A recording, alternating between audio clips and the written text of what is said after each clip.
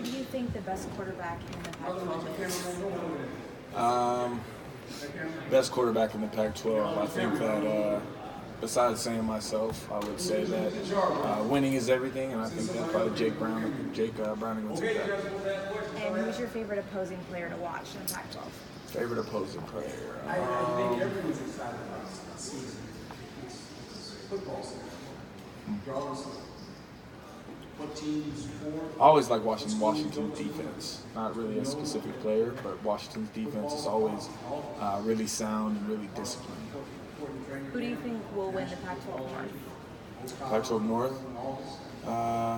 Whoever wins the most football games in the North. Okay, thank you. Mm-hmm. Manny, of course, you're no stranger to change in the coaching staff or maybe in play callers. What has enabled you to sort of improve your game year over year despite all of that? Really just experience, I think. Just every day, just crafting, making sure that I'm putting my best foot forward to be better, watching film consistently, and getting these young guys in here that are going to be able to help us impact this team right away, getting those guys ready to go. But really, I just think it's experience. Every single year, you get more and more experience. So, what are some of those specific things in experience that you've learned to deal with all of it? Every little aspect of the game, whether it's film watching, whether it's sitting in the pocket, whether it's, footwork. I think really it's just all the little things, all the little details. Has that helped you facilitate the transition for other guys on the offense? Yeah, I do my best to play a role in helping these young guys get ready to go. Do my best to help, obviously everybody on our team has a role, and to help them learn that role fast. I got to know every position on the field when it comes to, obviously, our offense. So just making sure everybody is taken care of. What are some of the things you've worked on since the end of last season until now, and how's that been coming along? I worked on everything I possibly can, whether it's mechanical stuff with Dennis, whether it's in the weight room. I've put on about 10 pounds this summer. Just like I said before, every little aspect, I've tried my best to hone in on my game. And you're not, new to change. How is it like having this new offensive coordinator? He's been with your guys' team, but how's it like having him in that role? That's been great. Coach Wilkins has been awesome. He brings a lot of energy day in and day out. Never has a bad day, never has a bad face, anything. So, he's somebody who every day he walks in that building, he makes sure that everybody around him is good and everybody around him feels his energy, that hopefully it pans off on everybody else. And you have quite a few watch lists. What's that like? How does that feel? It's cool, but it doesn't really mean anything until the end. There's guys who haven't even played yet that are on watch lists. So it is what it is. It's a great honor to be a part of it, but my goal is to hopefully win some of those. So. And what are you going to do to see those out then? Put my head down and go to work, remain who I am, stay humble, stay grounded, never too high, never too low, and just never be complacent. You spent a lot of time around talented running backs, and now you're in a position where that load's got to be filled by some younger guys. Outside of, obviously we've seen what Eno can do. Yep. But who do you expect to step up with all these new guys coming in?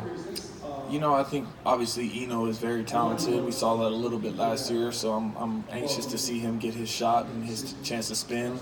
But Treylon, man, he's really talented. I think that he's very underrated.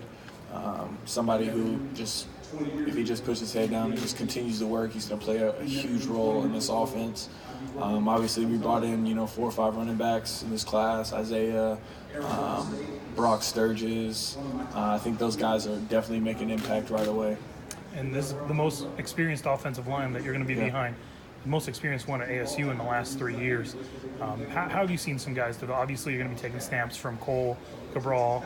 Quinn Bailey's been, got a lot of starts. Stephen Miller. Yeah. You got some transfers coming in. What do you expect from them? I just want these guys to just be comfortable with each other. If we're all on the same page, man, then the rest will take care of itself, So it's every year, man, I think we've gotten better, obviously since I've started at least. I'm really just anxious for these guys to have an opportunity and make the most of it. You've had big plays at tight end, but not a lot of consistent pass catching options at tight end. But what are you hoping to see out of the guys on the roster this year?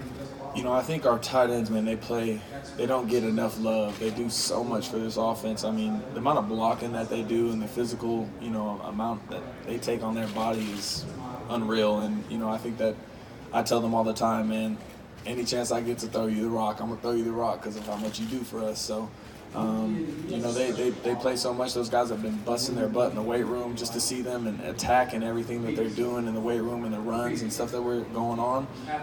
They're going to play a huge role in this offense this year, and I think that they'll probably get a little bit more involved in the pass game. How excited are you for just the latest chapter in the evolution of Sun Devil Stadium? You've been there, they've been taking down one wall at a time your entire career there. It's crazy to think, every year that we've had something going on construction-wise. Like right now, before we left, I'm looking at the stadium. I'm like, man, there's no way this is going to be ready for the first game. But somehow, some way, those guys, man, they always find a way, and they work from sun up, sundown, consistently every single day. So, it's awesome to see how the transformation has really happened to Sun Devil Stadium. And, I think it's just a real big credit to our donors and those who give back to the school.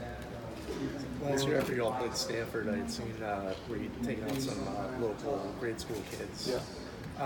What does using your status, as a Pac-12 quarterback to help others kind of mean to you? For those that have been around me a lot, they could probably say it better than I can because I don't really like to, talk about myself that much. But I think my biggest trait for myself and why I play this game is I understand the platform that this game gives me, and I want nothing more than to be a role model in society, a role model for these young dudes and girls, really anybody, just to help show them that no matter what goes on in your life, whether it's good, whether it's bad, that if you just continue to work hard, man, and push yourself to do something special, that it can happen.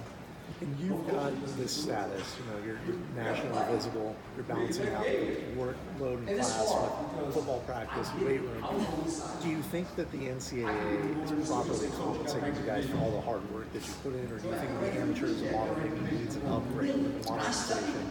I don't know enough about that topic to really comment on that, so sorry. No, that's fair. Manny, you guys have probably the most passionate coach coming in this year. His work ethic is phenomenal. He's a legend for the football history. How is that translating to what you guys are doing this summer and getting ready for this season? I think what he's trying to do is instill in our program is just being more professional. He came in here and he's treated us like adults. There's not really whole lot of rules or anything. You can't do this, you can't do that, do this, do that.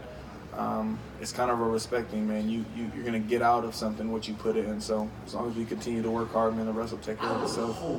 You were talking about your golf game and kind of how, after football, that could help you maybe in the business world or whatever. At what point did you kind of realize that, first of all, there is life after football, and then how do I get better at that life after football? I've been working towards that since I got to school. I understand that, the statistics show that, people who make it to the NFL, there's only a 2 to 3 year average, how long you stay in the NFL. And you're not going to make enough money in that 2 to 3 years to live the rest of your life. So I understand the importance of, building a network with people, which is why I do my best to get out and go to these, social events that happen at ASU, and just kind of put my name out there with some of these people who obviously are part of ASU, really. So I think golf, man, plays a real big factor in that, and just taking people out and hanging out, and it gives you a chance to really mesh well with them. There have been so many questions about Herman. You can understand 18-year-olds and stuff. And what have you seen personally that would convince you that he's going to be able to accomplish things? The same way he acts with you guys and the same way he's acted every day. You guys have seen him. He acts the same way with us. I think he's somebody who is true to who he is. He's not worried about what anybody has to say about him. Everybody, no matter where you are in the country, whatever school you're at, somebody in the media, somebody that's a fan is going to find something positive to say about you as well as something negative. Obviously, it's your guys' job to report things that you guys see, report things that you guys feel. But he doesn't take that and you know, oh, I don't like that guy because he said that. I think that's something that I've learned from him is, man, everybody has a job and everybody has a family to feed, and you know, what happens outside of our football stadium and our program doesn't matter. What did you think when you first found out that he was going to be the next head coach at ASU? I was excited, man. I really was. Obviously, great deal of history that he's been able to accomplish. You know, all the things that he did in the league, and obviously him working for ESPN, and he's been around the game. So, you know, you see all the things saying, you know, can he do it? Does he still know football? All that stuff. At the end of the day, there's a defense, there's an offense, there's special teams. The only thing that's really changed is how the game works a little bit. But, I mean, at the end of the day, it's just football. So based on that, do you find it amusing that people are so curious or questioning about his ability?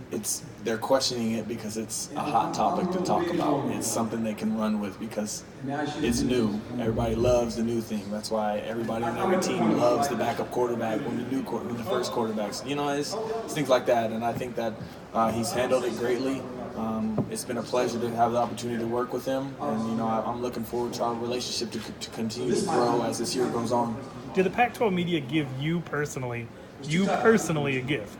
Because I know you shrug off criticism, but you always acknowledge just a little check mark, and they pick ASU to finish last.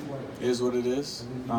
We were picked to finish last year, and we finished second in the Pac-12 South. So, like I said, there's always gonna be something negative that you guys find to talk about, and you just got to take it with a grain of salt and understand that it's your guys' job. So, I mean, I'm not really worried about it. I don't like take it to heart that they picked us last or something like that. At the end of the day, I'm gonna go out there and I'm gonna put my best foot forward to win football games for this program and this university, and that's what I'm gonna do. Nikhil said that